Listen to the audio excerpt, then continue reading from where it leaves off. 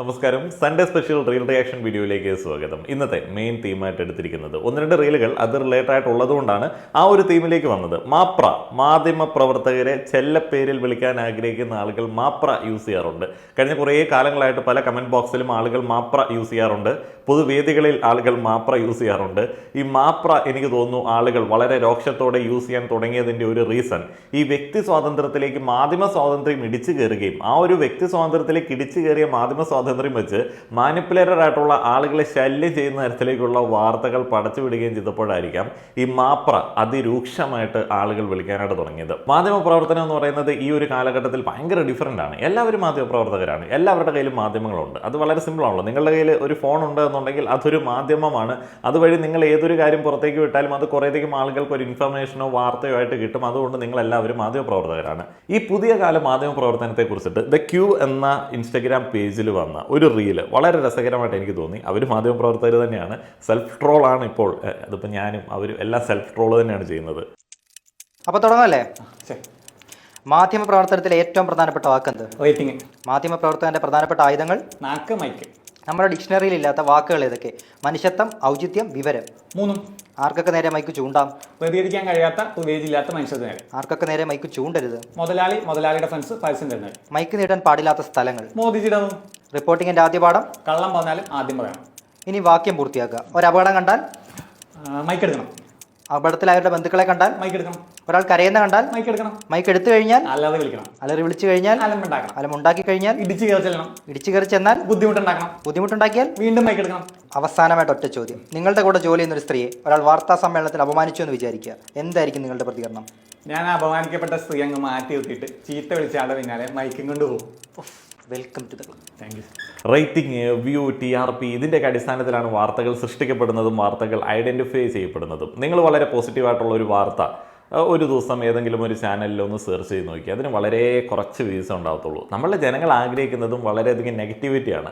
നിങ്ങൾ ഏറ്റവും കൂടുതൽ വൈറലായിട്ടുള്ള മാധ്യമ പ്രവർത്തകരുടെ ഡയലോഗുകൾ അല്ലെങ്കിൽ അവരുടെ ആ ഒരു അവതരണ ശൈലി എടുത്ത് നോക്കിക്കഴിഞ്ഞാൽ അറിയാം, അതിവൈകാരികമായിരിക്കും.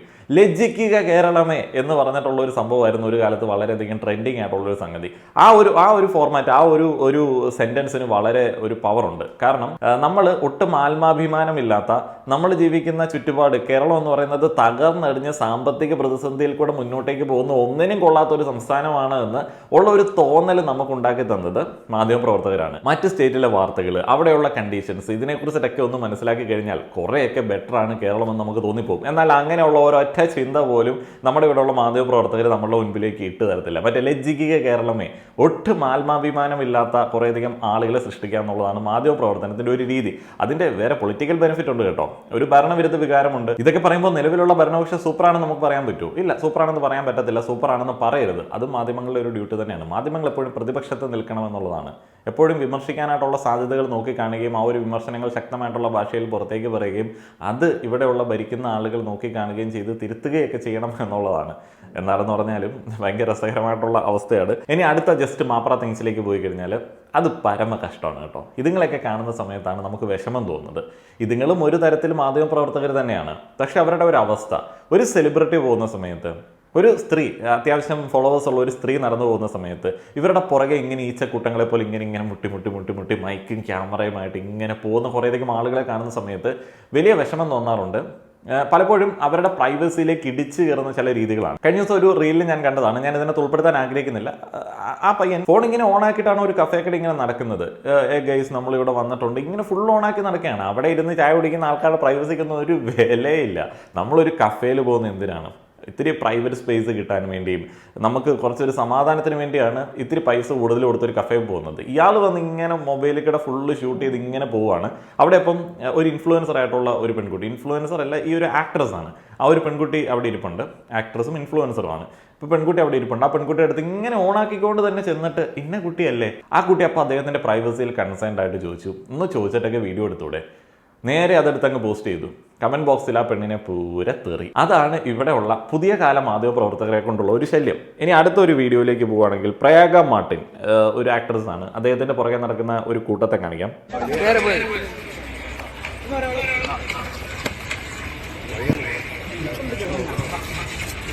Where are you going, bro? എന്തൊരു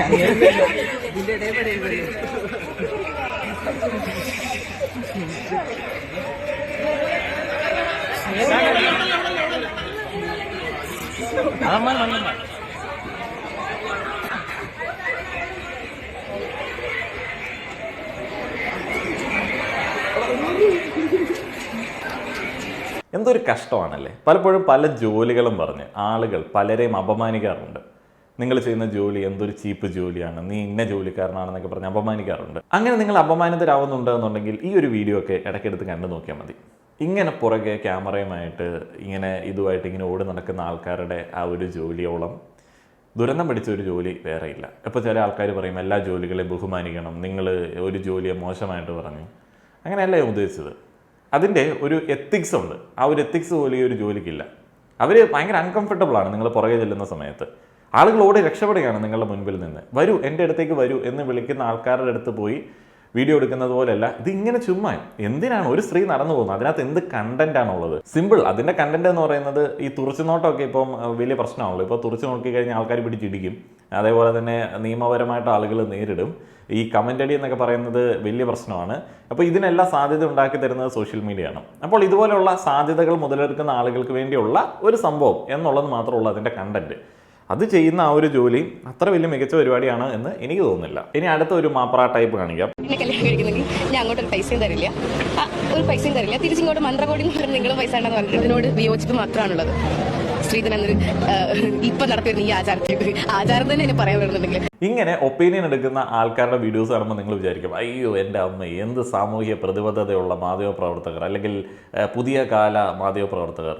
അങ്ങനെയാണോ? അങ്ങനെയല്ല എന്നുള്ളത് അവരുടെ തമ്പനയിൽ എടുത്ത് നോക്കിക്കഴിഞ്ഞാൽ നമുക്ക് മനസ്സിലാവും. അവർക്ക് ആക്ച്വലി വേണ്ടത് മുഖങ്ങളാണ്. തമ്പനയിലിൽ കൊടുക്കാൻ വരുന്ന മുഖങ്ങളാണ്. അതിൽ നിന്ന് നിങ്ങൾ പറയുന്ന എന്തെങ്കിലും രസം പിടിപ്പിച്ച ഇക്കിളിപ്പെടുത്തുന്ന ചില വാക്കുകളും വാക്യങ്ങളുമാണ്. അതെടുത്തിട്ട് അങ്ങോട്ട് ഇട്ടിട്ട് നിങ്ങൾ അങ്ങോട്ട് വിൽക്കുക എന്നുള്ളതാണ് ഈ പലപ്പോഴും ഒപ്പീനിയൻ എടുക്കാനായിട്ട് വരുന്ന ആൾക്കാരുടെ മെയിൻ ഉദ്ദേശം. ഇതിനകത്ത് ഈ ഒരു വീഡിയോ എന്ന് പറയുന്നത് ഈ ഒരു പെൺകുട്ടി IFFK വന്ന ഒരു പെൺകുട്ടിയാണ്. ഈ ഒരു പെൺകുട്ടിയുടെ പല വീഡിയോസ്, ഈ ഒരു പെൺകുട്ടിയെ പോലെ തന്നെ ഉള്ള പല ആൾക്കാരുടെ പല വീഡിയോസ് പല സോഷ്യൽ മീഡിയ പ്ലാറ്റ്ഫോമിൽ കിടന്ന് കറങ്ങുന്നുണ്ട്. പല രീതിയിലാണ് അതിനെ ഇന്റർപ്രറ്റ് ചെയ്യുന്നത്. അപ്പോൾ ഇതിനകത്ത് സ്ത്രീധനവുമായി ബന്ധപ്പെട്ട ഒരു വീഡിയോ ക്ലിപ്പാണ് എന്നുണ്ടെങ്കിൽ വേറെ ചിലതിനകത്ത് വസ്ത്രവുമായി ബന്ധപ്പെട്ട ചില ആക്ഷേപങ്ങളാണ്, വേറെ ചിലതിനകത്ത് LGBTQയുമായി ബന്ധപ്പെട്ട ഹെയ്റ്റ് പ്രചരിപ്പിക്കുന്ന ചില കാര്യങ്ങളാണ്. ഇതിന്റെ കമന്റ് ബോക്സിലേക്ക് വന്നു കഴിഞ്ഞാൽ ഞാൻ ആ ഒരു കമന്റ് വായിക്കുന്നില്ല. കമന്റ് ഇട്ട ആളുടെ പ്രൊഫൈൽ വേണമെങ്കിൽ കാണിക്കാം. 18.7K ലൈക്ക് കിട്ടിയ ഒരു കമന്റാണ്. അപ്പോൾ അതിൻ്റെ താഴെയുള്ള കമൻറ്റിനും ഏറ്റവും കൂടുതൽ ലൈക്കുണ്ട്. അത്യാവശ്യം ബോധമുള്ള 2023 ജീവിക്കുന്ന ആളാണ് എന്ന് തോന്നിപ്പിക്കുന്ന ആളുകളിട്ട കമൻറ്റുകൾക്കൊന്നും തീരെ ലൈക്കുകളൊന്നുമില്ല. അപ്പോൾ ഇതാണ് കണ്ടന്റ്. ഈ ഒരു കണ്ടന്റ് ഉണ്ടാക്കാൻ വേണ്ടിയാണ് അവർ മൈക്കായിട്ട് പലപ്പോഴും നിങ്ങളുടെയൊക്കെ അടുത്ത് വരുന്നത്. അവിടെ നമ്മളൊരു ചോയ്സ് എടുക്കേണ്ടതുണ്ട്. നിങ്ങൾക്ക് എന്തെങ്കിലും പറയാനുണ്ട് എന്നുണ്ടെങ്കിൽ, നിങ്ങൾക്കൊരു ഒപ്പീനിയൻ പറയാനുണ്ട് എന്നുണ്ടെങ്കിൽ അത് നിങ്ങളുടെ മാധ്യമത്തിൽ പറയുന്നതാണ് എപ്പോഴും സേഫ്. ഈ സെയിം പേജ് തന്നെ ഈ ഒരു കുട്ടിയുടെ വേറൊരു വീഡിയോ ഷെയർ ചെയ്തിട്ടുണ്ട്. അപ്പോൾ അതിനകത്തൊക്കെ വൃത്തികെട്ട കമൻറ്റ് ഇട്ടത് ഇങ്ങനെ സ്ക്രീൻഷോട്ട് ചെയ്തിട്ടാണ് ഷെയർ ചെയ്യുന്നത്. ചില ആളുകൾ പറയും വൃത്തികെട്ട കമൻറ്റ് ഇട്ടതിനെതിരെ പ്രതികരിക്കാൻ വേണ്ടിയാണ് ഞങ്ങൾ ചെയ്തത്. അങ്ങനെയുള്ള കുറേയധികം ചാനലുകളൊക്കെ ഉണ്ട്, ഇങ്ങനെ വലിയ പുരോഗമന ചാനലുകളുണ്ട്. എന്ത് തെറിയാണോ പറഞ്ഞിരിക്കുന്നത് അവരെ അതെടുത്ത് തമ്പനയിലിൽ കൊടുത്തിട്ട് ഇങ്ങനെ നല്ല വർത്താനം പറയും. ഈ ഒരു കാലഘട്ടത്തിലെ മാധ്യമപ്രവർത്തനത്തിൻ്റെ വേറൊരു രീതിയും ഇങ്ങനെയാണ്. അവിടെ വിൽക്കപ്പെടുകയാണ്. ഇവിടെയുള്ള ആൾക്കാരുടെ പ്രൈവസി, അവരുടെ മുഖം, അവരുടെ ശരീരമൊക്കെ വിൽക്കപ്പെടുകയാണ്. അതിങ്ങനെ ആസ്വദിച്ച് കാണാനായിട്ട് കമൻറ്റ് ചെയ്യാനായിട്ട് ആൾക്കാരുണ്ട്. പെട്ടെന്ന് ട്രിഗേർഡാവും ആളുകൾ, പെട്ടെന്ന് ട്രിഗേർഡാവും ആണുങ്ങൾ, പെട്ടെന്ന് ട്രിഗേർഡാവും. അതാണ് ഒരാൾ ഒരു വസ്ത്രം ധരിച്ചു കഴിഞ്ഞാൽ, ഒരാൾ ഒരു കമൻറ്റ് പറഞ്ഞു കഴിഞ്ഞാൽ, ഒരാൾ നമ്മളുടെ കൺവെൻഷണലായിട്ടുള്ള രീതികൾക്ക് വിരുദ്ധമായിട്ട് ജീവിച്ചു കഴിഞ്ഞാൽ പെട്ടെന്ന് ട്രിഗേർഡാവും. അങ്ങനെ ട്രിഗേർഡായിട്ടുള്ള ആളുകളാണ് ഈ കമൻറ്റ് ബോക്സിൽ കൂടുതലും. ഇനി അങ്ങനെ ട്രിഗേർഡായിട്ടുള്ള ആൾക്കാരെ കുറിച്ച് പറയുന്ന സമയത്ത് അമല ഷാജിയുടെ ഹെയ്റ്റേഴ്സിനെ കുറിച്ച് പറയേണ്ടതുണ്ട്. എനിക്കറിയത്തില്ല എന്തോരം ഹെയ്റ്റേഴ്സാണ് ആ ഒരു പെൺകൊച്ചിന്. അത് ഒരു കമൻറ്റും അല്ലെങ്കിൽ ഒരു പ്രസ്താവനയും സോഷ്യൽ മീഡിയയിൽ ഇറക്കുന്നത് ഞാൻ കണ്ടിട്ടില്ല. വെറുതെ ഡാൻസ് കളിക്കുക, വീഡിയോ അപ്ലോഡ് ചെയ്യുക, നല്ല രസമാണ്, നല്ല സ്മൈലൊക്കെയാണ്, ഒരു പ്രശ്നവും അത് കാണുന്ന ഒരു സാധാരണ മനുഷ്യന് തോന്നത്തില്ല. എന്നാലും അമല ഷാജിയുടെ ഹെയ്റ്ററാണ് എന്ന് പറയുന്നതിൽ വലിയ അഭിമാനം കണ്ടെത്തുന്ന കുറേയധികം കേരള വെടലകളുണ്ട്. അപ്പോൾ തമിഴ്നാട്ടിൽ അദ്ദേഹത്തിന് ഫാൻസ് ഉണ്ടോ എന്നൊക്കെ പറഞ്ഞിട്ട് വലിയ ഹെയ്റ്റാണ്. കഴിഞ്ഞ ദിവസം ഒരു ഡയറക്ടർ ഈ അമല ഷാജിയെ ഒരു പ്രൊമോഷന് വേണ്ടി വിളിക്കുകയും 2 ലക്ഷം രൂപ ചോദിച്ചു എന്നൊക്കെ പറഞ്ഞിട്ട് വൻ പരാതിയും കരച്ചിലും ബഹളമായിട്ട് മെഴുകി നടപ്പുണ്ട്. ഇത്രയധികം ഫോളോവേഴ്സ് ഉള്ള ഒരു വ്യക്തി 2 ലക്ഷമല്ലേ ചോദിച്ചുള്ളൂ എന്നുള്ളതാണ് ഞാൻ ആലോചിക്കുന്നത്. ഇവിടെ ഒരു സിമ്പിൾ യൂട്യൂബ് ചാനലിൽ ഞാൻ പൊതുവേ ഇങ്ങനെ പ്രൊമോഷൻസ് എടുക്കാറില്ല. ഞാനൊരു പ്രൊമോഷനൊക്കെ ആരെങ്കിലും എൻക്വയറി നടത്തുകയാണെന്നുണ്ടെങ്കിൽ ഒഴിവാക്കാൻ തന്നെ പറയുന്ന പേയ്മെൻറ്റ് 25K എബോവ് ആണ്. അപ്പോൾ അതുവരെ തരാനായിട്ട് ആൾക്കാരുണ്ട്, ഇത്രയും ചെറിയ എനിക്ക് തന്നെ. അപ്പോൾ അവർ ചോദിച്ചത് എത്രയോ ചെറിയ എമൗണ്ട് ആണ്. திருமணம்லாம் காசு கேட்குறேன், பயமா இருக்குது. ஒரு இன்ஸ்டால 2 நிமிஷம் ஆடுற பொண்ணு 50,000 கேக்குது. ஓ, ஹீரோயினுக்கே சம்பளம் கொடுக்க மாட்டான். ஏன் நீங்க என்ன 2 நிமிஷம் ஆடுறதுக்கு 50,000 கேக்குறீங்க? ஒரு பொண்ணு கேரளால ஆடுது 2 lakhs சார் அப்படின்னுச்சு. எதுக்குமா அப்படின்னு, 30 seconds எம்மா 30 நொடி நீ ஆடுறதுக்கு 2 லட்சமாம்மா. எங்க கலைஞன்ட்ட கொடுத்தா 2 வருஷம் விடிய விடிய வேலை பார்ப்பாம்மா. அதை கொடுத்தீங்கன்னா அது நம்ம அமலா சாஜி தான், வேற யாரு? ஃப்ளைட்லாம் போட்டு தெரியுங்களான்னு வேற கேட்டுச்சு. ஏமா நானே ஃப்ளைட்டில் போகலாமா, எங்கம்மா ஃப்ளைட்டில் போட்டு கூட்டு போனோன்னு தலை சுற்றிருச்சு எனக்கு. இல்லை ஃபஸ்ட்டு காதில் உள்ள சரியா எங்கள் மேனேஜர்கிட்ட பேசுன்றாங்க, பிஆர்ஆட்ட பேசுன்றாங்க. யோ என்னையா நினச்சிட்டு இருக்கீங்க, என்னையா நடக்குதுங்க? இன்ஸ்டா மட்டும் ஒரு திறந்து வச்சுட்டு எங்க வாங்குங்கன்னு சீரியஸாங்க. ഇത് കാണുമ്പോൾ വെറുതെ ഒരു ഇൻഫ്ലുവൻസർ പൈസ ചോദിച്ചതിലുള്ള ഒരു നീരസമാണെന്ന് മാത്രം വിചാരിക്കരുത്. 2 ലക്ഷം രൂപ കൊടുത്തു കഴിഞ്ഞാൽ 1 വർഷം പണിയെടുക്കാനായിട്ട് ആൾക്കാരുണ്ട് എന്ന് അയാൾ പറയുന്ന സമയത്ത് എത്രത്തോളം അണ്ടർ പെയ്ഡാണ് ഇവിടെയുള്ള ആൾക്കാർ എന്നുള്ളത് നമ്മൾ മനസ്സിലാക്കേണ്ടതാണ്. ഇവിടെ പൈസ കൂടുതൽ ചോദിച്ചു കഴിഞ്ഞാൽ, ഒരു ജോലിയുടെ ശമ്പളം, ന്യായമായിട്ടുള്ള ശമ്പളം ചോദിച്ചു കഴിഞ്ഞാൽ അപ്പം തന്നെ മുഖം മാറുന്ന ആൾക്കാരാണ് ഇവിടെയുള്ള പല ആൾക്കാരും, അല്ലെങ്കിൽ ഇന്ത്യയിലുള്ള ആൾക്കാരിൽ ഭൂരിപക്ഷം ആൾക്കാരും. ആ ഒരു സംഭവം തന്നെയാണ് അവിടെ വെളിവായത്. എന്നാൽ പൈസ കൊടുക്കും, മാർക്ക് കൊടുക്കും. വലിയ കാറിൽ വരുന്ന, വലിയ സെറ്റപ്പുള്ള, വലിയ സെലിബ്രിറ്റി ലുക്കുള്ള, നല്ല ഇത്തിരി മുന്തിയ ആൾക്കാർക്ക് ചോദിക്കുന്ന പൈസ കൊടുക്കും, വാരിക്കോരി കൊടുക്കും. ഒരു സാധാരണക്കാരനായിട്ടുള്ള നമ്മളെപ്പോലുള്ള ഒരു വ്യക്തി, അല്ലെങ്കിൽ ഒരു ഇൻഫ്ലുവൻസർ, താഴേക്കിടയിൽ നിന്ന് വളർന്നു വന്ന സ്വന്തമായിട്ട് മുന്നോട്ടേക്ക് പോകാനായിട്ട് ആഗ്രഹിക്കുന്ന ഒരാൾ എന്തെങ്കിലും പൈസ ചോദിച്ചു കഴിഞ്ഞാൽ വലിയ മടിയാണ്. അത് നിങ്ങൾ ഏതൊരു മേഖലയിൽ ചെന്ന് നോക്കിയോ, നിങ്ങൾക്ക് നല്ല കഴിവുണ്ട്, നിങ്ങൾ സ്കിൽഡാണ്, നിങ്ങൾ സ്പെഷ്യലാണ്, നിങ്ങൾ ആ വർക്കിൽ അടിപൊളിയാണ്. എന്നാലും നിങ്ങൾക്ക് പൈസ തരുന്ന കാര്യത്തിൽ ഉള്ള മാനദണ്ഡം അതായിരിക്കില്ല. പൈസ വാങ്ങിച്ചെടുക്കാനായിട്ട് വേറെ കുറച്ച് ഗിമ്മിക്ക് കാര്യങ്ങളൊക്കെ ഉണ്ട്. അതിൽ ഇവിടെയുള്ള ആളുകൾ വീഴത്തുള്ളൂ, ഇന്ത്യക്കാർ വീഴത്തുള്ളൂ. അല്ലാതെ കഴിവ്, ജോലിയോടുള്ള ആത്മാർത്ഥത ഒന്നും വെച്ചിട്ട് നമുക്ക് ശമ്പളം കിട്ടില്ല. അതുകൊണ്ട് തന്നെയാണ് ഇവിടെയുള്ള ആൾക്കാരൊക്കെ എങ്ങനെയെങ്കിലും ഓടിച്ചാടി വേറെ വല്ലയിടത്തോട്ടും പോകുന്നത്. അവിടെ ജോലിക്കാണ് സാലറി കൺസിഡർ ചെയ്യുന്നത്. ഇവിടെ അങ്ങനെയല്ല. ഒരു സ്ഥലത്ത് ഒരു മുതലാളിയുടെ കീഴിൽ വർക്ക് ചെയ്യുന്ന ഒരാൾക്കും വേറൊരു മുതലാളിയുടെ കീഴിൽ വർക്ക് ചെയ്യുന്ന ഒരാൾക്കും ഡിഫറൻറ്റ് സാലറി ആയിരിക്കും. എഞ്ചിനീയർമാർക്കൊക്കെ സാലറി തമ്മിൽ ഭയങ്കരമായിട്ടുള്ള ഡിഫറൻസ് ആണ്. സ്മാർട്ടായിട്ടുള്ള ആൾക്കാർ ഇന്ത്യയിൽ നിന്ന് പുറത്തേക്ക് പോകുന്നില്ല. കാരണം എന്താണെന്നറിയോ, ഇവിടെ ചീപ്പ് ലേബറാണ്. എന്ത് പരിപാടി നടത്തിയാലും ചീപ്പ് ലേബർ ആയതുകൊണ്ട് നമുക്കിവിടെ വിജയിപ്പിച്ചെടുക്കാൻ പറ്റും. നമ്മളെപ്പോലെയുള്ള ആളുകൾ, സാധാരണക്കാരായിട്ടുള്ള ആളുകൾ, ജോലി ചെയ്യാൻ ആഗ്രഹിക്കുന്ന ആളുകൾ വിചാരിക്കും, അയ്യോ ഇവിടെ ഭയങ്കര കഷ്ടപ്പാട്, എങ്ങനെയും പുറത്തോട്ട് പോയേക്കാന്നുള്ളത്. അതുകൊണ്ടാണ് ബുദ്ധിയുള്ള മലയാളികൾ ആഫ്രിക്കയിൽ പോയി ഇൻവെസ്റ്റ് ചെയ്യുന്നത്. നമ്മളെപ്പോലെ സാധാരണക്കാരായിട്ടുള്ള ആളുകൾ കാനഡയിലോ UK-ലോ പോയിട്ട് പണിയെടുക്കുന്ന പൈസ മുഴുവൻ ചിലവാക്കിയിട്ട് നല്ല സന്തോഷകരമായിട്ടുള്ള ജീവിതം എന്ന് പറഞ്ഞിട്ട് ജീവിക്കും. ഭയങ്കര പൈസ ഉണ്ടാക്കാൻ ആഗ്രഹമുള്ള ആൾക്കാർ ഇതുപോലുള്ള ഏതെങ്കിലും ചീപ്പ് ലേബറുള്ള സ്ഥലങ്ങളിലേക്ക് പോകും. അടുത്തൊരു ഭീകര വെറുപ്പിക്കലാണ് മഹാരാജാസ് മറൈൻ ഡ്രൈവ്. അതുമായി ബന്ധപ്പെട്ട ഹോമോഫോബിക് കണ്ടന്റുകൾ. പണ്ട് ഈ സദാചാരം പറയുന്ന ആൾക്കാരെ പുച്ഛത്തോടെ നമ്മൾ നോക്കി കണ്ടിരുന്നു. മറൈൻ ഡ്രൈവിൽ മുഴുവൻ കപ്പിൾസാണ്, അവിടെ ഉമ്മ കുട്ടുപ്പാണ് എന്നൊക്കെ പറയുന്ന ആൾക്കാരെ വസന്തം അമ്മാവൻ എന്നൊക്കെ പറഞ്ഞ് നമ്മൾ കളിയാക്കിയിരുന്നു. എന്നാൽ ഇപ്പോൾ കാലം മാറി യങ് ജനറേഷൻ അല്ലെങ്കിൽ ടീനേജിലുള്ള ആൾക്കാർ ആ ഒരു സദാചാര റോളുകൾ അങ്ങോട്ട് എടുത്തിരിക്കുകയാണ്.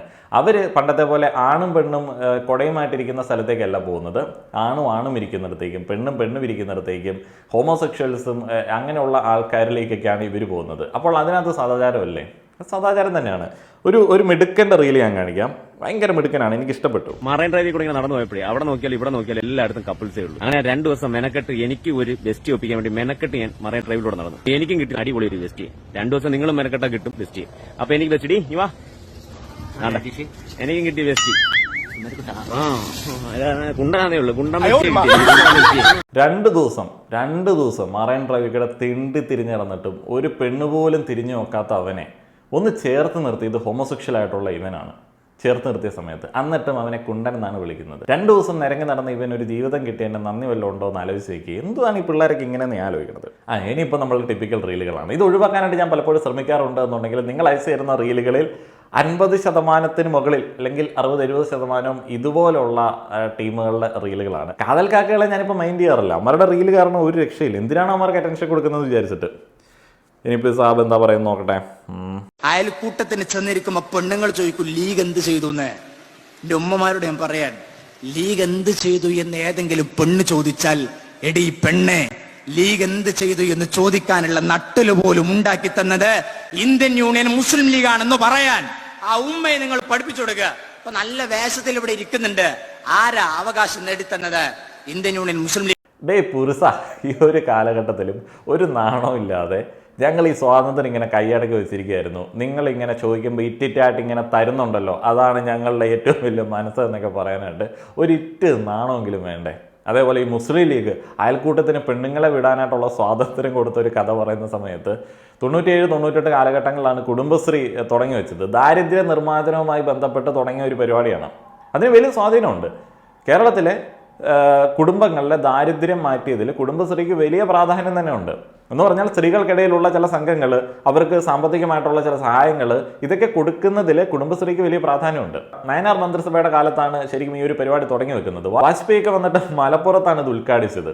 അതും കഴിഞ്ഞിട്ട് ലീഗാണ് സ്ത്രീകൾക്ക് അയൽക്കൂട്ടത്തിന് പോകാനായിട്ടുള്ള പെർമിഷൻ വാങ്ങിച്ചു കൊടുത്തത് എന്നൊക്കെ പറയുന്ന സമയത്ത് എന്തൊരു ഉളുപ്പില്ലായ്മയാണോ ഈ മുസ്ലിം ലീഗ്, മുസ്ലിം സ്റ്റുഡൻറ് ഫെഡറേഷൻ എന്നൊക്കെ പറഞ്ഞിട്ടുള്ളത് ജനാധിപത്യ സംവിധാനത്തിലെ രാഷ്ട്രീയ പ്രാതിനിധ്യമുള്ള ചില പാർട്ടികളാണ് എന്ന് പറയുമ്പോൾ ഇത് പേരിട്ട ആൾക്കാർക്ക് ഒരു ഉളുപ്പ് തോന്നാറില്ല എന്ന് ഞാൻ ആലോചിക്കുന്നത്. മുസ്ലിം ലീഗ് ഒരു വർഗീയ പാർട്ടിയല്ല എന്ന് പറയുന്നതാണ് ഏറ്റവും വലിയ കോമഡി. പേരിൽ തന്നെ ഉണ്ട് ആ ഒരു വേർതിരിവ്. സ്വന്തമായിട്ട് ആ ഒരു വേർതിരിവ് ഉണ്ടാക്കി വെച്ചിരിക്കുന്ന ആൾക്കാരാണ്. മുസ്ലിം സ്റ്റുഡൻസ് ഫെഡറേഷൻ, ഇന്ത്യൻ യൂണിയൻ മുസ്ലിം ലീഗ് എന്നൊക്കെ പറയുന്ന സമയത്ത് അതിനകത്ത് ആരെയാണ് അവർ പ്രതീക്ഷിക്കുന്നത്? അവരെ മാത്രമാണ് പ്രതീക്ഷിക്കുന്നത്. രാഷ്ട്രീയ പ്രാതിനിധ്യം അല്ലെങ്കിൽ ആ ഒരു കാര്യത്തിലേക്ക് ഇറങ്ങി വരുന്നതിലുള്ള അവരുടെ ചില ഉദ്ദേശങ്ങൾ തന്നെയാണ് പലപ്പോഴും അതിനകത്തൂടെ പുറത്തേക്ക് വരുന്നതെന്നുള്ളത് സാധാരണക്കാരന് തോന്നുന്നത്. മാറ്റി നിർത്തുന്നതും മാറ്റി നിർത്താനായിട്ട് പ്രേരിപ്പിക്കുന്നതും അടുപ്പിക്കാതിരിക്കുന്നതും ഇവരുടെ നേതൃത്വത്തിലുള്ള ആളുകളുടെ ഇത്തരത്തിലുള്ള തീരുമാനങ്ങളാണ്. എന്നിട്ടാണ് ഈ കോമഡി പറയണത്. ഇനി അടുത്ത റീലിലേക്ക് പോയി കഴിഞ്ഞാൽ ഇവന്മാരുടെ വണ്ടിയെ കെട്ടാൻ പറ്റുന്ന ഒരു ടീമാണ്. സദാചാരം പൊളിയാണ്. എല്ലാ കാര്യം പറയുന്നത് സദാചാരം തന്നെ എല്ലാ നാട്ടിലുമാണ്. ഇപ്പത്തെ ഈ പാൽപ്പൊടി ടീംസും ചേംബർ ഫെമിനിസ്റ്റുകളും മലയാളി ടീംസും പിന്നെ ലിബറലിസം തലക്ക് പിടിച്ച പിള്ളേരൊക്കെ ഉണ്ടല്ലോ. എന്ത് തോന്നിയവസ്ഥ കാട്ടാൻ വേണ്ടിയിട്ട് ഒരു സദാചാരം തന്നെ ഈ വാക്ക് അത് പറ്റി നെഗറ്റീവ് ആക്കിയാണ്ട് ഇല്ലാതാക്കിക്കണം. ഇത് ശ്രദ്ധിക്കണം. അതാണ് ഇപ്പത്തെ പിള്ളേർക്ക് സദാചാരം കേൾക്കുമ്പോൾ എന്നൊരു ഫീൽ ഓർക്ക്. അല്ലെങ്കിൽ പറയും എന്തിനാണ് സദാചാരം? നല്ലത് ഏതാ ചീത്തത് ഏതാന്ന് പറഞ്ഞുതരാൻ നമ്മുടെ നാട്ടിൽ ഒരാളുണ്ടാകുമ്പോൾ എത്ര നല്ല കാര്യമല്ലേ? ഇപ്പൊ ഇൻ കേസ് അറിയാണ്ട് നമ്മുടെ പിള്ളേരൊക്കെ വേണ്ടാത്തൊക്കെ ചെയ്യാൻ തോന്നി, അല്ലെങ്കിൽ ഇപ്പൊ നാട്ടിൽ കുറച്ച് ചെക്കന്മാരും കൂടി ആവാൻ കഞ്ചാവ് വലിച്ചാലോ എന്ന് ആലോചിച്ച് വിചാരിക്ക്. പക്ഷെ ആ നാട്ടിലെ സദാചാര ടീംസ് ഉള്ളിടത്തോളം കാലം അവിടെ ചെയ്യൂല. അപ്പൊ അത് നല്ലൊരു ബെനിഫിറ്റ് ആയിട്ടുള്ള കാര്യമല്ലേ? അതാണ് മക്കളെ ഞാൻ പറഞ്ഞു വരുന്നത്. സദാചാരം വേണ്ടാന്ന് പറഞ്ഞ ഓരോരുത്തരും ഓർക്ക് ഈ വൃത്തിയുടെ പരിപാടി ചെയ്യാൻ വേണ്ടിയിട്ടുള്ള ലൈസൻസ് ഇങ്ങനെ തപ്പിങ്ങോണ്ട് നിൽക്കുകയാണ്. ഓർക്കുണ്ടല്ലോ ഈ സദാചാരം നാട്ടിലുള്ളിടത്തോളം കാലം ഓർക്ക് അവർ ഈ ഉസറും ഇല്ലാത്ത പരിപാടി നടക്കൂല. ഇവരൊക്കെ ഉണ്ടല്ലോ ഈ നാട്ടിൽ വേണ്ടാത്ത കുറെ വൃത്തിയുടെ കാട്ടിക്കൊള്ളൊക്കെ ചെയ്യുമ്പോൾ നമ്മളൊന്ന് ചോദിക്കാൻ ചെന്ന അപ്പോൾ ഒരു ഡയലോഗാ, സദാചാരം കളിക്കലട്ടെ എന്റെ വാപ്പാക്കില്ലാത്ത കുരുപൊട്ടലാണല്ലോ എനിക്കുന്നുള്ളത്. അത് കേൾക്കുമ്പോൾ തന്നെ ഓനെ പൂസണം നേരം കൊണ്ട് ആദ്യം വാപ്പാനെ പൂസണം നമ്മൾ ആലോചിക്കുള്ളൂ. ഉമ്മാതിരി ഐറ്റത്തിനൊക്കെ വളർത്തി വലുതാക്കിയല്ലോ ആലോചിക്കുമ്പോൾ വിഷമ.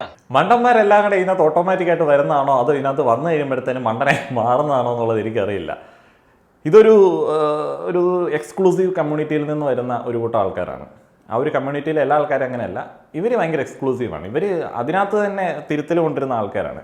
സദാചാരം, ഇവൻ പറയുന്ന സദാചാരം എന്താണ്? കഴിഞ്ഞ ആഴ്ച വരെ ഈ ഫേസ്ബുക്കിൽ റീൽസ് ഇടുന്ന സ്ത്രീകൾ ഇവന് ഭയങ്കര വിഷയമായിരുന്നു. അപ്പോൾ അത് ഇവൻ്റെ സദാചാരത്തിന് വിരുദ്ധമായിട്ടുള്ള സംഗതിയായിരുന്നു. ഫെമിനിസ്റ്റുകൾ ഇവൻ്റെ സദാചാരത്തിന് വിരുദ്ധമായിട്ടുള്ള സംഗതികളാണ്. അതേപോലെ തന്നെ ഈ അടിച്ചമർത്തപ്പെട്ട സ്ത്രീകളാണ് സദാചാരത്തിന് അനുകൂലമായിട്ടുള്ള, ഇവൻ്റെ സദാചാരത്തിന് അനുകൂലമായിട്ടുള്ള സംഗതി. ഈ സ്ത്രീ പുരുഷ ബന്ധങ്ങളിലെ സ്ത്രീക്ക് കിട്ടുന്ന സ്വാതന്ത്ര്യങ്ങളെ ഇവൻ നിഷേധിക്കുന്നുണ്ട്. അപ്പോൾ ഇവൻ്റെ ഈ സദാചാരമാണ് ഇവൻ അടിച്ചേൽപ്പിക്കാനായിട്ട് ഉദ്ദേശിക്കുന്നത്. ആ ഒരു തരത്തിലുള്ള സദാചാര പോലീസിങ് അനുവദിക്കണമെന്നുള്ളതാണ് ഇവൻ്റെ ആവശ്യം. അതാണ് പ്രശ്നം. ഇവനെപ്പോലുള്ള പല ആളുകളുടെയും സദാചാരം ഡിഫറൻ്റ് ആണ്. ചില ആളുകൾക്ക് അടുത്തിരിക്കുന്നതായിരിക്കും അവരുടെ സദാചാരത്തിന് വിരുദ്ധമായിട്ടുള്ള സംഗതി. ചില ആളുകൾക്ക് ചില വസ്ത്രം ഇടുന്നതായിരിക്കും സദാചാരത്തിന് വിരുദ്ധമായിട്ടുള്ള സംഗതി. ചില ആളുകൾക്ക് വഴികട നടന്നു പോകുന്നതായിരിക്കും സദാചാരത്തിന് വിരുദ്ധമായിട്ടുള്ള സംഗതി. സമയമായിരിക്കും ചില ആളുകളുടെ സദാചാരത്തിന് വിരുദ്ധമായിട്ടുള്ള സംഗതി. ഇങ്ങനെ ഇവനെ പോലെ വ്യത്യസ്തരായിട്ടുള്ള സദാചാരവാദികൾ ഉള്ളതുകൊണ്ടാണ് നമുക്ക് ഈ സദാചാര പോലീസിംഗ് എന്ന് പറയുന്ന ഒരു കാര്യം വലിയ ഭീകരമായിട്ടുള്ളൊരു അവസ്ഥയാണ് എന്നുള്ളത് മനസ്സിലായത്. അതുകൊണ്ട് തന്നെ ഇതൊന്നും നോക്കാനായിട്ട് നിന്നെ ഒന്നും ആരും ഏൽപ്പിച്ചിട്ടൊന്നുമില്ല. ഇവിടെ ഒരു പോലീസ് നിയമ സംവിധാനങ്ങളൊക്കെ ഉണ്ട്. ആരെങ്കിലും കഞ്ചാവ് വലിക്കുന്നുണ്ട് എന്നുണ്ടെങ്കിൽ, ആരെങ്കിലും സദാചാര വിരുദ്ധമായിട്ടുള്ള കാര്യം ചെയ്യുന്നുണ്ടെങ്കിൽ എൻ്റെ പൊന്നടാ നീ അത് ചെയ്യണ്ട. നീ പോലീസിനെ വല്ലതും വിളിച്ചു പറയാം. അവരുണ്ട്, അവർ നമ്മൾ ഏൽപ്പിച്ചിട്ടുണ്ടോ ഒരു കൂട്ടം ആൾക്കാരെ, അവർ വന്നിട്ട് ആ ഒരു കാര്യം നോക്കി ചെയ്തോളൂ. നീ വെറുതെ ഇവിടെ സാമൂഹിക സേവനം നടത്തരുതേ പ്ലീസ്. കാല് പിടിച്ച് പറയുകയാണ്. വെറുതെ സാമൂഹിക സേവനം നടത്തി ഞങ്ങളെ സഹായിക്കരുതേ എന്നുള്ളതാണ് എനിക്ക് പറയാനുള്ളത്. എല്ലാവരുടെയും സദാചാരം ഡിഫറൻ്റ് ആണ്. അതാണ് പ്രശ്നം. നമ്മുടെ ഭരണഘടനയ്ക്ക് അനുസരിച്ചിട്ടുള്ള ഒരു സദാചാരമുണ്ട്. അതനുസരിച്ചിട്ട് അങ്ങോട്ട് കാര്യങ്ങൾ നോക്കിക്കണ്ടാൽ മതി. ആളുകൾ കഞ്ചാവ് ഉപയോഗിക്കുകയാണ്, അത് വിൽക്കുകയാണ്. അപ്പോൾ ഇവിടെ ഒരു നിയമ സംവിധാനമുണ്ട്. അവരെ വിളിച്ച് പറയുക എന്നുള്ളതാണ് സദ് ആചാരം. നിയമം കയ്യിലെടുക്കുക എന്നുള്ളത് സദ് ആചാരമല്ല, നമ്മുടെ സദ് ആചാരമല്ല. ഒരു ആണും പെണ്ണും നടന്നു പോവുകയാണ്. നമ്മളുടെ സദാചാര വിരുദ്ധമായിട്ടുള്ള ഒരു സംഗതിയല്ല. നടന്നു പോകാനായിട്ടുള്ള എല്ലാവിധ റൈറ്റും അവർക്കുണ്ട്.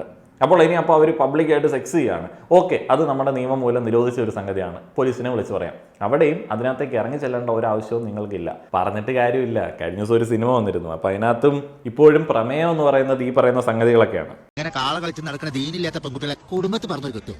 ആമ്പിള്ളേര് പന്ത് കളിച്ച് മറയുന്നിടത്ത് ബാറ്റ് കളിക്കാൻ പോകുന്നൊക്കെ നേരെയല്ല. എല്ലായിടത്തും ഇപ്പം പന്ത് കളിയാണല്ലോ. അതുപോലെ നാണുങ്ങൾ ഇരുന്ന മാതിരി കുപ്പായി വിട്ട് തട്ടവും മര്യാദക്ക് കണ്ട് ഫോട്ടോ പിടിക്കല്. ഫോട്ടല്ലല്ലോ, സെൽഫി.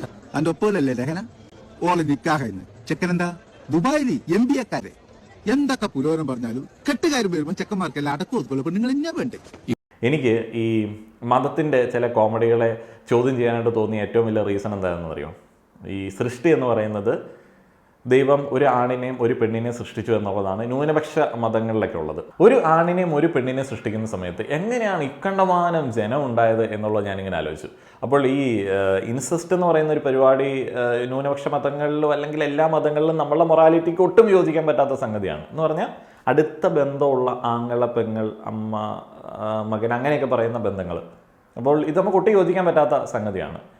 എന്നാൽ ഈ ന്യൂനപക്ഷ മതങ്ങളുടെ സൃഷ്ടി തിയറി അനുസരിച്ചിട്ടാണെങ്കിൽ ഈ ആളുകളൊക്കെ ഉണ്ടാവുന്നത് എങ്ങനെയാണ്? ഒരാണിനെ ഒരു പെണ്ണിനല്ലേ സൃഷ്ടിച്ചിട്ടുള്ളൂ, ബാക്കിയുള്ള ആൾക്കാരൊക്കെ എങ്ങനെയാണ്? എവിടെയെങ്കിലും പറയുന്നുണ്ടോ ഒരാണിനെയും പെണ്ണിനെ സൃഷ്ടിച്ചു, അവർക്ക് 2 മക്കളുണ്ടായി, ആ 2 മക്കളുടെ കല്യാണം നടക്കാൻ വേണ്ടി വേറെ ഒരാണിനെയും പെണ്ണിനെ സൃഷ്ടിച്ച് അവിടെ 2 കുടുംബം ഉണ്ടാക്കിയെന്ന് എവിടെയെങ്കിലും പറയുന്നുണ്ടോ? ഇല്ല.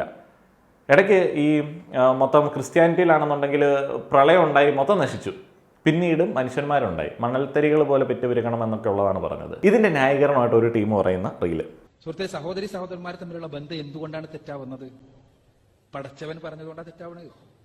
അത് തെറ്റെന്ന് പടച്ചവൻ പറഞ്ഞതുകൊണ്ടാണ് തെറ്റാവുന്നത്. ആദ്യ കാലഘട്ടത്തിൽ സ്വാഭാവികമായും ഇത് അനുവദിക്കപ്പെടേണ്ടതാണ്. അനുവദിക്കപ്പെടേണ്ട സമയത്ത് ഭക്തജീവികളെ പോലെ അനുവദിക്കപ്പെട്ടു. അവിടെ എന്താ പ്രശ്നം? പക്ഷെ എനിക്ക് നേരത്തെ അറിയില്ല എന്നാണ്. നേരത്തെ എല്ലാം അറിയാം പടച്ചവനക്ക്, നേരത്തെ എല്ലാം അറിയാം. ഇത് പ്രശ്നമുണ്ട് എന്ന് പടച്ചവനക്ക് തോന്നണ്ടേ? നല്ല നിർത്തേണ്ട ആവശ്യമുള്ളൂ. പ്രശ്നമുള്ള സമയത്ത് പടച്ചോൻ നിർത്തി. ബാക്കി ജീവികളിൽ ഒന്നും പ്രശ്നമില്ലാത്ത പോലെ തന്നെ മനുഷ്യർക്കും പ്രശ്നം ഉണ്ടായിരുന്നു. പ്രശ്നമുണ്ടെന്ന് തോന്നിയപ്പോൾ പടച്ചോൻ നിർത്തി. പ്രശ്നമില്ലാത്തപ്പോൾ പടച്ചോന് പ്രശ്നമില്ല. ഇന്ന് പടച്ചോന്മാർക്ക് ഏറ്റവും വലിയ പ്രശ്നം എന്ന് പറയുന്നത് ഈ ഹോമോസെക്ഷുവാലിറ്റിയും LGBTQ കമ്മ്യൂണിറ്റിയൊക്കെയാണ്. അതുകൊണ്ട് മറ്റേ കൊച്ചു കാക്ക പടച്ചോന്മാരെല്ലാം അങ്ങോട്ട് ഇറങ്ങി നടന്നിട്ട് വലിയ ഹേറ്റ് പ്രചരിപ്പിക്കുന്നുണ്ട്. ഇന്നലെ ഫണ്ട് പിരിവിനുള്ള റിക്വസ്റ്റ് ഒക്കെ കണ്ടായിരുന്നു. ഞങ്ങൾ ഇരകളാണ്, എല്ലാവരും ഇസ്ലാമോഫോബിക്കാണ്, ഞങ്ങൾക്ക് കേസെടുത്താൽ പൈസ വേണ്ടതൊക്കെ പറഞ്ഞ് കരഞ്ഞുകൊണ്ട് നടക്കുന്നുണ്ട്. എന്തൊരവസ്ഥയാണെന്നുള്ളത്. ഭരണഘടനാ വിരുദ്ധമായിട്ടുള്ള കാര്യങ്ങൾ ചെയ്യുന്നതുകൊണ്ടാണ് പലപ്പോഴും വിമർശിക്കപ്പെടുന്നത്. അല്ലാതെ നിങ്ങളുടെ മതം വെച്ചിട്ടല്ല പലപ്പോഴും വിമർശിക്കപ്പെടുന്നത്. ഞാനൊരു മാധ്യമ പ്രവർത്തകനാണ്, അല്ലെങ്കിൽ പോട്ടെ ഞാനൊരു ഹെട്രോസെക്ഷലാണ്. എനിക്ക് LGBTQ കമ്മ്യൂണിറ്റിയുടെയോ അല്ലെങ്കിൽ ഇവിടെയുള്ള കാസ്റ്റ് പൊളിറ്റിക്സോ ഇതൊന്നും പറയേണ്ട ഒരാവശ്യവും ഇല്ല, വേണ്ട ഒരാവശ്യമില്ല.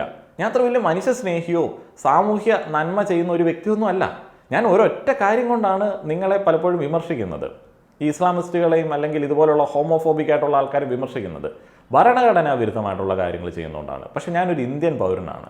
അതാണ് എന്നെ ഏറ്റവും കൂടുതൽ സ്വാധീനിക്കുന്ന ഒരു ഘടകം. ഞാനൊരു ഇന്ത്യൻ പൗരനാവുന്ന സമയത്ത് നിനക്കൊക്കെ വേറെ ഒരു നിയമവും നമുക്കൊക്കെ വേറെ ഒരു നിയമവും, ഇവിടുത്തെ ഭരണഘടന അനുവദിക്കുന്ന എല്ലാവിധ സ്വാതന്ത്ര്യങ്ങളുമുള്ള ആളുകളുടെ അവകാശങ്ങളിലേക്ക് കടന്നു കയറുന്ന തോന്നിയാസങ്ങളാണ് വിമർശിക്കുന്നത്. അപ്പോൾ എന്നെ പിടിച്ചിട്ട് ഇസ്ലാമോഫോബിക് ആക്കി കഴിഞ്ഞാൽ ഞാനാവും, എനിക്ക് പേടിയൊന്നുമില്ല. ഇസ്ലാമോഫോബിയ ആണ് എന്ന് പറഞ്ഞ് ആരോപിക്കാനല്ലേ പറ്റത്തുള്ളൂ, കേസെടുക്കാൻ പറ്റുന്ന വലിയ കുറ്റമൊന്നും അല്ലല്ലോ. എൻ്റെ പൊന്നെ, ഈ മറ്റേ വേറെ കുറേ ഫോബിയും എനിക്കുണ്ട്. ഞാൻ ഇടയ്ക്കിടയ്ക്ക് പറയാറുള്ള മറ്റേ സംഘിയോഫോബിയ എനിക്കുണ്ട്, ക്രിസംഘിയോഫോബിയ എനിക്കുണ്ട്. അതിനിപ്പോൾ മതപരമായിട്ട് പറയുകയാണെന്നുണ്ടെങ്കിലും ഫോബിയ അല്ലേടോ, ഇത് ക്രൈമൊന്നും അല്ലല്ലോ. ഇനി അടുത്തൊരു റീലിലേക്ക് പോകാം. അവസാനത്തെ ഒരു റീലാണ്, ഇന്നത്തെ അവസാനത്തെ റീല്. മൈൻഡപ്പ് ചെയ്യാനായിട്ട് ആരാണ് വരുന്നത് നോക്കാം. അയ്യോ, 2 കുഞ്ഞുങ്ങൾ. എന്തുവാണ് ഈ റീലുകൾ തന്നെ എല്ലാ ആഴ്ചയും? ഇതിനകത്ത് പിന്നെ ക്രിസ്മസ് റിലേറ്റഡ് ആയിട്ടുള്ള ഒരു റീലാണ്. ക്രിസ്മസ് ആഘോഷിക്കാൻ പാടുണ്ടോ? അതെന്താ? യേശു ക്രിസ്മസ് ആഘോഷിച്ചിട്ടുണ്ടോ? ഇല്ല, തീരെ ആഘോഷിച്ചിട്ടില്ല. എന്നാ യേശുവല്ലേ കോളേജിലുണ്ട്? അത് ശരിയാണല്ലോ. ക്രിസ്മസ് എന്നാൽ എന്താണെന്നറിയോ? അല്ലാത്തൊരു മോൻ ജനിച്ചു എന്നതിനാണ് ക്രിസ്മസ് എന്ന് പറയുന്നത്. അപ്പോൾ നമ്മൾ അത് ആഘോഷിക്കാൻ പാടുണ്ടോ? ഇല്ല, കാരണം നമ്മൾ എല്ലാ ദിവസവും ഓടുന്ന സുഹൃത്തിൽ എന്താണ് പറയുന്നത്? അവൻ ആർക്കും ജന്മം നൽകിയിട്ടില്ല, ആരുടെയും മകനായിട്ട് ജനിച്ചിട്ടുമില്ല. അല്ല, നമ്മളെ മനസ്സിലേക്കാണ് നോക്കാം. തങ്ങളുടെ മതത്തിലുള്ള മതവിശ്വാസികൾ മറ്റൊരു മതത്തിൻ്റെതായിട്ടുള്ള ഏതെങ്കിലും ആചാരങ്ങളോ ആഘോഷങ്ങളോ ചെയ്യുന്നതിലുള്ള ഒരു അതൃപ്തി, അതിനകത്ത് ന്യായമുണ്ട്. മതവിശ്വാസികൾക്കിടയിൽ വലിയ ന്യായമുണ്ട് കേട്ടോ. അത് ആണ് എന്ന് നമുക്ക് ഓർക്കാം. പക്ഷേ അതാണോ? അതല്ല എന്നുള്ളതാണ് മെയിനായിട്ടുള്ള സംഗതി. ഈ ഇസ്ലാം മതവിശ്വാസികൾ ഒരിക്കലും ക്രിസ്ത്യാനിറ്റിയിലെ ഈ ഒരു ആചാരത്തെ അനുഷ്ഠിക്കുന്നില്ല. ക്രിസ്മസ് അതിൻ്റെ ആ ഒരു അന്തസ്സത്ത ഉൾക്കൊണ്ട്, ആ ഒരു മതാചാരം ഉൾക്കൊണ്ട് ആഘോഷിക്കുന്നില്ല. അപ്പോൾ എങ്ങനെയാണ് പ്രശ്നം വരുന്നത്? പ്രശ്നം എന്ന് പറയുന്നത് ആഘോഷമാണ്. എന്ന് പറഞ്ഞാൽ ആഘോഷം, ഈ സ്റ്റാർ വാങ്ങിച്ച് തൂക്കുന്നതും ആ സ്റ്റാറിനകത്തൊരു ബൾബ് ഇടുന്നതും കേക്ക് വാങ്ങിച്ച് കഴിക്കുന്നതും ഈ മതപരമായിട്ടുള്ള ഒരു സംഗതിയാണ് അല്ല. പക്ഷേ ഇസ്ലാമിസ്റ്റുകളിൽ ചില ആളുകൾക്ക് ആഘോഷം പിടിക്കില്ല. അതിപ്പോൾ ഓണത്തിൻ്റെ സമയത്ത് വരും, ക്രിസ്മസിൻ്റെ സമയത്ത് വരും, ഏത് ആഘോഷങ്ങളിലും വരും. എന്ന് പറഞ്ഞാൽ ആളുകൾ ചിരിക്കുന്ന സന്തോഷിക്കുന്ന ഏതൊരു പരിപാടി, അത് മതമല്ല എന്നുണ്ടെങ്കിലും മതമാണ് എന്നുണ്ടെങ്കിലും കോളേജ് ഫെസ്റ്റിവൽ ആണ് എന്നുണ്ടെങ്കിലും ഇതുങ്ങൾ വരും. ആ ഒരു രീതിയിൽ കണ്ടാൽ മതി. എന്തൊക്കെയാണെങ്കിലും ഇവന്മാർ പറയുന്നൊന്നും മൈൻഡ് ചെയ്യേണ്ട ആവശ്യമൊന്നുമില്ല. നമ്മളൊരു സ്റ്റാർ വാങ്ങിച്ച് തൂക്കുക, ഒരു സ്റ്റാർ ബുക്കിനകത്ത് വരയ്ക്കുക, വെരി ഗുഡ് കിട്ടുമ്പോൾ ഒരു സ്റ്റാർ വരച്ചു കൊടുക്കുക, ഇങ്ങനെയുള്ള കാര്യങ്ങളിൽ കൂടെ വളരെ സിമ്പിളായിട്ട് ഈ പറയുന്ന പരിപാടികളെ നോക്കിക്കണ്ട ആൾക്കാരാണ്. ഇതിനകത്ത് മതപരമായിട്ടുള്ള സംഗതിയൊന്നുമില്ല. ക്രിസ്മസ് എന്ന് പറയുന്ന സമയത്ത് ഞാനും വീട്ടിൽ വാങ്ങിച്ച് ഒരു ലൈറ്റൊക്കെ തൂക്കിയിട്ടിട്ടുണ്ട്, മറ്റേ ഈ നല്ല മാല ബൾബ് പോലത്തെ ഉള്ള സംഭവം. നമുക്കൊരു രസം എന്നേ ഉള്ളൂ, അല്ലാതെ ഇതിനകത്ത് അന്തസ്സത്ത ഉൾക്കൊണ്ടിട്ടാണോ നമ്മൾ ആഘോഷിക്കുന്നത്? അല്ല. ഞാനൊരു വിശ്വാസി അല്ലാത്തടത്തോളം കാലം എനിക്കതിനകത്ത് അന്തസ്സത്ത ഉൾക്കൊള്ളാനായിട്ട് പറ്റത്തുമില്ല. അപ്പം ഇത് എല്ലാം രസകരമാണ്. ഏറ്റവും കളർഫുൾ ആയിട്ടുള്ള ആഘോഷങ്ങൾ എവിടെയുണ്ടോ, ഹോളി ഉണ്ടോ, നമ്മൾ പോകും. ഇസ്ലാമിലെ ചില പരിപാടികളിൽ നമ്മൾ അവരുടെ അന്തസ്സത്ത ഉൾക്കൊണ്ടിട്ടല്ല അവിടെ ഫുഡ് അടിക്കാനായിട്ട് പോകുന്നത്. നമുക്ക് ഫുഡാണ് പ്രയോറിറ്റി. അതേപോലെ ഓരോ ആഘോഷങ്ങളിലും, അതിപ്പം വിഷുവിന് നമുക്ക് വിഷു അട കിട്ടും. അപ്പോൾ നമ്മൾ ഇതിനെ ഈ രീതിയിലാണ് നോക്കിക്കാണുന്നത്. ലൈറ്റ്, ക്രിസ്മസിന് ലൈറ്റ്, കേക്ക്, ഇതുപോലെ വളരെ സിമ്പിളായിട്ട് തന്നെയാണ് ഓരോ മനുഷ്യനും ജീവിക്കുന്നത്. അതിനകത്തേക്ക് ഈ കുത്തിത്തിരിപ്പ് കൊണ്ടുവരേണ്ട വല്ല ആവശ്യമുണ്ടോ? എന്നിട്ട് ഇതെല്ലാം കൂടെ കണ്ടിട്ട് ആളുകൾ ഇങ്ങനെ ഭയങ്കരമായിട്ട് ഇങ്ങനെ വേർതിരിവ് ഇങ്ങനെ മൈൻഡിൽ തോന്നിക്കഴിയുമ്പം ഒരു കൂട്ടം ഇസ്ലാമിസ്റ്റുകൾ, തീവ്ര ഇസ്ലാമിസ്റ്റുകൾ എന്ന് പറയും, അയ്യോ എല്ലാവർക്കും ഇസ്ലാമോഫോബിയ ആണ് എന്നുള്ളത്. എൻ്റെ അമ്മേ, ഒന്നും പറയാനായിട്ടില്ല. നന്ദി.